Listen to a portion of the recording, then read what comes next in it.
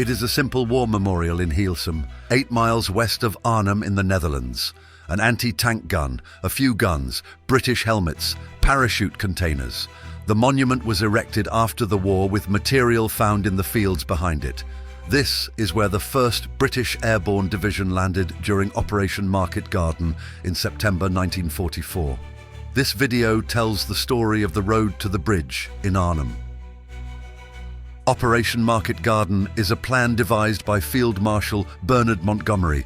3 Allied airborne divisions were dropped at strategic locations in the Netherlands to secure bridges over rivers.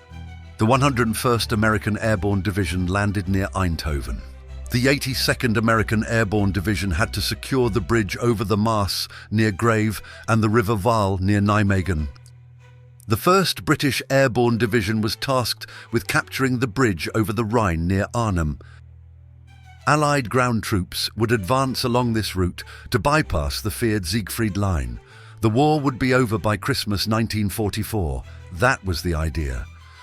Much German resistance was not expected. Children and old men was the expectation of the Allied army leadership. It was a misconception with major consequences. The landings at Arnhem went without problems. Thousands of paratroopers and gliders were able to land undisturbed. But because there were too few aircraft available, a large part of the British troops had to guard the landing zones for airborne landings of the rest of the division that would take place a day later. Only 3 battalions of the 1st Parachute Brigade, together about 2,500 soldiers, were able to advance to Arnhem. But things soon went wrong. One of the first British victims was Trooper William Edmond. He was part of the reconnaissance squadron which had been ordered to immediately race to the Rhine bridge in Arnhem with jeeps after the landings. William Edmond's jeep was ambushed by Germans a mile from the landing zone. It turned out that there were many more German troops present around Arnhem than the planners had expected. The Germans reacted quickly. The Germans blocked the 2 main access roads on the west side of Arnhem, the Utrechtseweg and the Amsterdamseweg. It is via these roads that the 1st Battalion and the 3rd Battalion of the British Airborne soldiers wanted to advance to Arnhem. It led to fierce fighting. Only the 2nd Battalion under Colonel John Frost managed to slip past the German blockade. Frost's battalion had been ordered to capture 3 bridges near Arnhem: the railway bridge, the ship bridge in the centre of Arnhem, and the road bridge over the Rhine. It is along this route along the Rhine that Frost's battalion was able to advance unopposed towards Arnhem. It was not until the railway bridge that the British troops first encountered serious German resistance. On the other side of this viaduct was a German armoured car. Every British paratrooper who dared to run through here was fired upon with his machine guns. The bullet impacts are still visible. Frost sent a group of soldiers over the railway embankment to disable the armoured car. Then a platoon of soldiers was sent over the railway bridge to secure the bridge. Lieutenant Peter Barry tells what happened next. We threw a smoke grenade and ran across the bridge as fast as we could through the smoke. The bridge was very long. After about 50 meters, we had to stop. I told my troops to take cover. As we lay there, the middle span of the bridge flew into the air. The metal plates right in front of me rose. We were lucky we had just stopped, otherwise we would all have blown into the air. The capture of the ship bridge in Arnhem also went wrong. The middle pontoon had sailed away, but a few hundred meters away was the large road bridge over the Rhine.